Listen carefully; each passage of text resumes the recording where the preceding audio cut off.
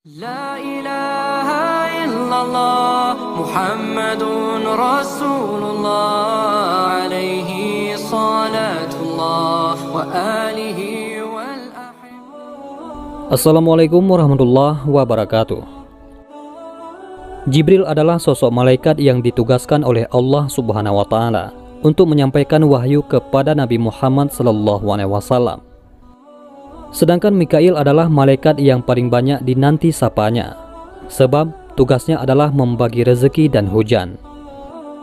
Terkait dua malaikat ini, yaitu malaikat Jibril dan malaikat Mikail, di dalam kitab Marah Labid atau Tafsir Al-Munir, karya Syekh Nawawi Al-Bantani, terdapat kisah pada zaman Nabi ada seorang laki-laki yang sangat mencintai malaikat Mikail, namun ia sangat membenci malaikat Jibril alaihissalam.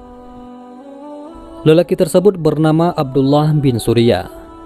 Kisah tersebut bermula ketika Nabi Muhammad SAW hijrah dan telah sampai di kota Madinah. Seorang laki-laki yang bernama Abdullah bin Surya yang ingin menguji kerasulan Nabi Muhammad SAW. Ia kemudian mendatangi Rasulullah dan bertanya, "Wahai Muhammad, ceritakan padaku bagaimana cara tidurmu sebagai seorang rasul di akhir zaman." Dengan sifat fatonahnya, Nabi Muhammad SAW memberikan jawaban, "Ketahuilah, dua mataku memang tertidur, namun tidak dengan hatiku." Abdullah bin Suryah lantas berkata, "Tepat sekali jawabanmu, wahai Muhammad. Selanjutnya, jelaskan padaku tentang warisan genetik yang diturunkan ayah dan ibu kepada anaknya."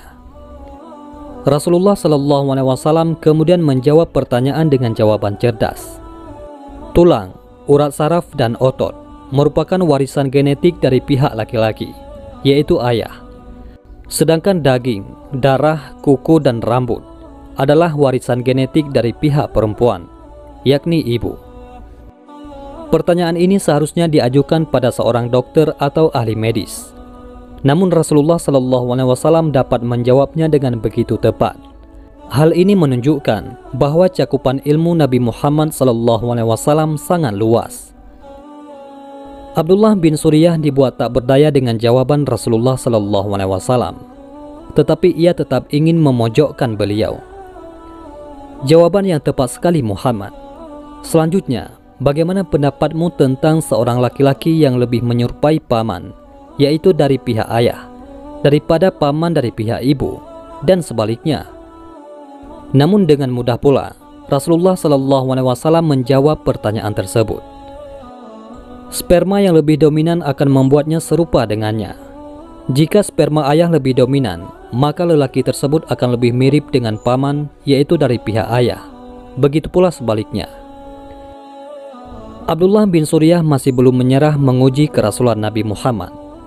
"Jelaskan padaku tentang makanan yang diharamkan oleh Bani Israel untuk dirinya sendiri." Dan di dalam Taurat juga disebutkan seorang nabi akhir zaman yang menjelaskan hal tersebut. Untuk kesekian kalinya Nabi Muhammad berhasil menjawab pertanyaan tersebut dengan sangat rinci.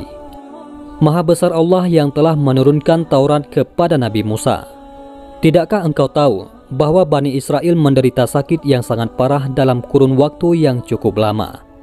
Kemudian mereka bernazar kepada Allah, jika mereka diberikan kesembuhan, maka mereka akan melarang diri mereka sendiri untuk mengkonsumsi makanan dan minuman yang paling mereka sukai. Makanan dan minuman tersebut adalah daging unta dan susunya." Mendengar jawaban Nabi Muhammad dengan tingkat akurasi yang sangat tinggi, membuat Abdullah bin Surya mengeluarkan jurus pamungkasnya. "Semua jawabanmu tepat sekali, wahai Muhammad.